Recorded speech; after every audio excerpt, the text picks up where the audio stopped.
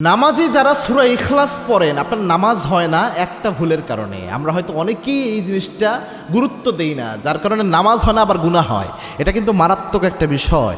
দেখেন, এই নামাজে সূরা ইখলাস পাঠ, এটা যে কত জরুরি। এক সাহাবী, তাকে রাসূল সাল্লাল্লাহু আলাইহি ওয়াসাল্লাম ইমাম নিযুক্ত করেছিলেন, 5 ওয়াক্ত নামাজে সূরা ইখলাস পড়তো।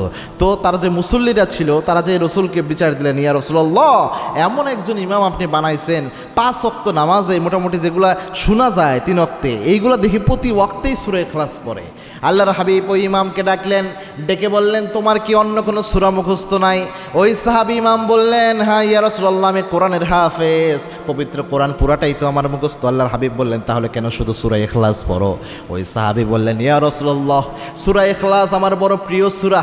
আমি যখনই নামাজে দাঁড়াই, আমার আল্লাহর বরত্বের বর্ণনা দেওয়ার মতো অন্য কোনো সূরা আমার মাথায় আসে না, শুধু বারবার আমার সূরা ইখলাস মনে পড়ে যায়।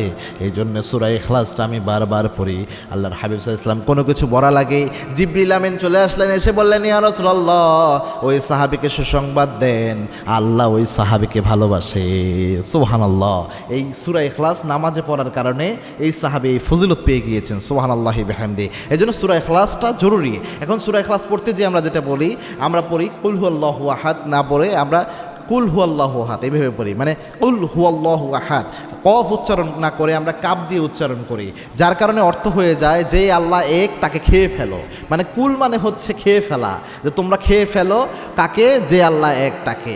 এরকম একটা অর্থ আসে। তো এখন আপনারা বলতে পারেন, হুজুর সহিশুদ্ধ তো আমরা সবাই করতে পারি না। মনে রাখবেন, সহিশুদ্ধ আপনার হোক আর না হোক, এই যে আপনি সহি করার চেষ্টা করেন, একটু প্রেশার দেন, একটু চেষ্টা ট্রাই করতেছেন, এটাই আল্লাহ খুশি হয়। এটার মাধ্যমে আপনি কোরআন তেলাওয়াতে ডবল সওয়াব পান। পাশাপাশি এটা দিয়ে আল্লাহ বুঝবেন আপনার মনের অবস্থাটা, আপনি চেষ্টা করতেছেন, কিন্তু আপনি চেষ্টাই করলেন না।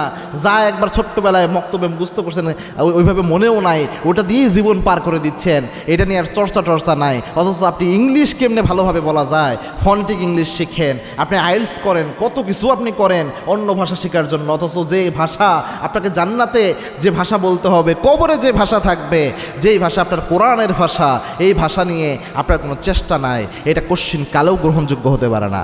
এই জন্যে সূরা ইখলাস যখন পড়বেন, মিনিমাম নামাজে যে সূরাগুলো পড়েন আর যে দোয়াগুলো পড়েন, প্রত্যেক ইমানদার, এটা ফরজ, বাধ্যতামূলক। আপনি মনে করবেন প্রত্যেক ইমানদারের উচিত হচ্ছে যে আপনার যে নামাজের তেলাওয়াতের সূরাগুলা আর আপনার যে দোয়াগুলা, এগুলো যেন সহিশুদ্ধ হয়। একজন ইমাম সাহেবকে আপনি ঠিক করে তার কাছে সহিশুদ্ধ করায় নেবেন, মিনিমাম আপনার যতটুকু মুখস্থ আছে ততটুকু। আর চেষ্টা করবেন কুল হুয়াল্লাহু আহাদ এইভাবে পড়ার জন্য, যাতে কফটা ঠিকভাবে উচ্চারণ হয়।